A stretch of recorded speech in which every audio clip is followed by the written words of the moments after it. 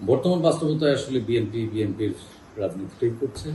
সেক্ষেত্রে বিএনপি আমি মনে করি জুলাই গণ অভ্যুত্থান পরবর্তী সময়ে বিএনপি প্রপার পলিটিক্স করছে, কোনো প্রকার উস্কানি, যেমন আওয়ামী লীগ এক ধরনের উস্কানি দিয়েছিল যে যদি আওয়ামী লীগের পতন ঘটে সেক্ষেত্রে 2 থেকে 2.5 লাখ মানুষ খুন হবে বা এক ধরনের রক্তারক্তির কথা তারা বলেছিল।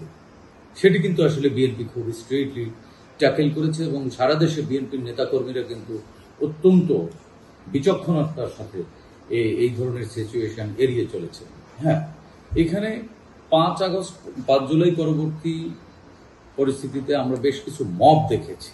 তো সেই মব কিন্তু কোনো রাজনৈতিক দলের এজেন্ডা ছিল না। এটি এক শ্রেণীর উৎসুক জনতা, উৎসুক নাগরিক যারা বিভিন্ন ধোঁয়া তুলে এক ধরনের কেওয়াটিক সিচুয়েশন ক্রিয়েট করবার চেষ্টা করেছিল এবং তারা কিছুটা সফলও হয়েছিল।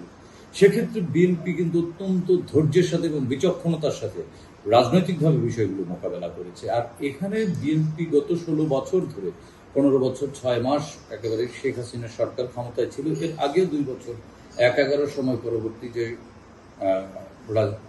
এক ধরনের কি বলা যায় যে রাজনীতিহীন 2 বছর এবং গত 15.5 বছর, এই সময়টাতে বিএনপির ত্যাগ, দল হিসেবে বিএনপিকে আমি বলবো যে রাজনৈতিক দল হিসেবে বিএনপি এক সময় কিন্তু একটি ইডিওলজির উপরে দাঁড়িয়েছিল।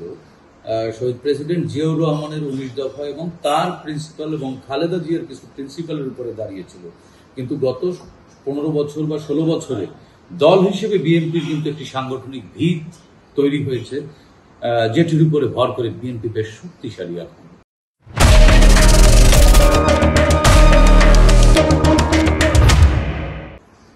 আরেকটি জিনিস যেটি আপনি জানতে চাচ্ছেন সেটি হচ্ছে যে অনেক ভূমিকা রাখার পরও কেন বিএনপিকে কোণঠাসা করা হচ্ছে। আসলে কোণঠাসা না শব্দটি, এটি হচ্ছে বিএনপি একটি বড় রাজনৈতিক দল, এখানে আওয়ামী লীগও একটি বড় রাজনৈতিক দল ছিল। তারা আসলে আওয়ামী লীগ রাজনীতিতে ভুল করবার কারণে তারা কিন্তু বিতাড়িত হয়েছে এই জায়গা থেকে, এবং বিএনপি কিন্তু এই জায়গাটিতে সঠিক রাজনীতি করেছে। এবং 5 আগস্ট পরবর্তী প্রেক্ষাপটে কিন্তু ক্ষমতার ভাগাভাগির একটি বিষয় এসেছে, কারণ পরবর্তী জাতীয় নির্বাচন যতই ঘনিয়ে আসছে ততই ক্ষমতার বা মসনদের দখলদারিত্বকে স্থাপন করবে, মসনদের দখল, ক্ষমতার মসনদে কে বসবে, কোন দল বসবে, সেই প্রতিযোগিতায় বিএনপি সহ এই মুহূর্তে যেসব রাজনৈতিক দল পলিটিক্যাল মাঠে রোল প্লে করছে তারা কিন্তু বিএনপির সাথে সাংগঠনিক কাঠামোতে বা তাদের কর্মী সংগঠন এগুলো দিয়ে পেরে উঠছে না, যেই কারণে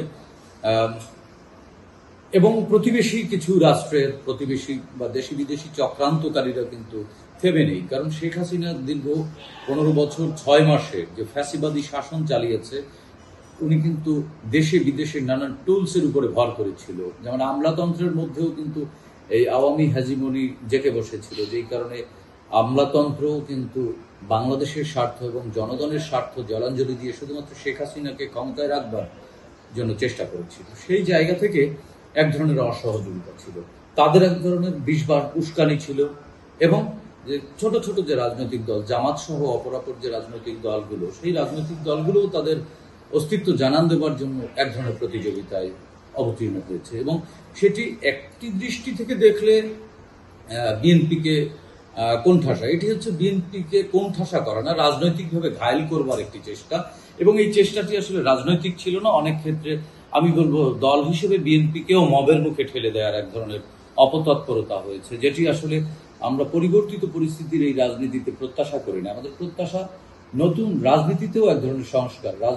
সংস্কার তো চলমান প্রক্রিয়া, রাজনীতিতে যে সংস্কার এটি হচ্ছে দীর্ঘমেয়াদী সংস্কার, নতুন ধারার রাজনীতিতে ফেরা। বিএনপি কিন্তু সেই জায়গাটিতে আমি বলবো যে তারা সফল হয়েছে। হ্যাঁ, এখানে বিএনপিকে নিয়ে, বিএনপির তৃণমূলের কিছু নেতাকর্মীদের কর্মকাণ্ড নিয়ে বিএনপিকে কিছুটা অপরাধীর কাঠগড়ায় দাঁড় করানো যেতেই পারে, কিন্তু একই সাথে ভাবতে হবে, দেখুন এটি প্রমাত্তা পদ্মা নদীকে যদি আপনি তুলনা করেন, প্রমাত্তা যদি পদ্মা নদী হয় এবং সেটি আকারে বেশ বড় নদী, এবং এই নদীতে কিন্তু কিছু ঢেউ থাকবে, কিছু কচুরিপানা থাকবে, সুতরাং বিএনপি একটি বড় খরস্রোতা নদীর মতো, এখানে ঢেউ থাকবে কচুরিপানাও থাকবে। এগুলো মেনে নিয়েই কিন্তু আপনার নদীকে স্বীকৃতি দিতে হবে। এবং বিএনপির বিষয়টিও সেরকম। বিএনপিতে হ্যাঁ কিছু কর্মী বিশৃঙ্খলা করেছে, কিছু রিভেঞ্জও হয়েছে। আবার বিএনপির গত 15.5 বছর সময়, দীর্ঘ সময় বিএনপির অনেক নেতাকর্মীদের ব্যবসা প্রতিষ্ঠান, তাদের সম্পত্তি, তাদের নানান ধরনের জিনিসপত্র কিন্তু আওয়ামী লীগ দখল করেছিল, গায়ের জোরে দখল করেছিল। সেই দখলকৃত সম্পদগুলো যখন রিকভার করতে গেছে, সেটিতেও কিন্তু বিএনপিকে এক ধরনের মবের মুখে ঠেলে দেওয়া হয়েছে যে বিএনপি দখলদারিত্ব চালাচ্ছে, বিএনপি লুটপাট করছে। বিষয়টি একেবারেই উড়িয়ে দেওয়ার নয়, আবার বিএনপিকে একচেটিয়া এই দায় দিয়ে তাদেরকে হিউমিলেট করাটাও ঠিক হবে না। সেটি আসলে গণতান্ত্রিক বা রাজনৈতিক আচরণ হবে না।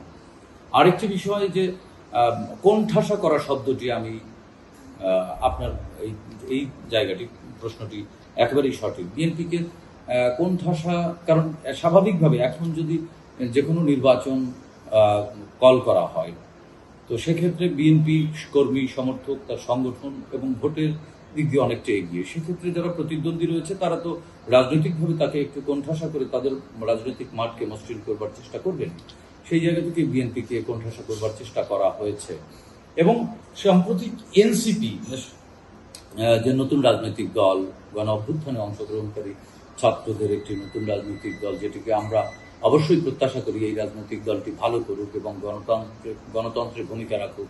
বাংলাদেশের যে নতুন বাংলাদেশের কথা আমরা ভাবছি, সেই নতুন বাংলাদেশ বিনির্মাণে তাদের যে জুলাই আন্দোলনে তাদের যে ত্যাগ, তাদের যে স্যাক্রিফাইস, সেই স্যাক্রিফাইস এবং ভবিষ্যৎ বাংলাদেশে তাদের যে সাহস, মেধা, যোগ্যতা, এগুলো দিয়ে তারাও এগিয়ে যায়।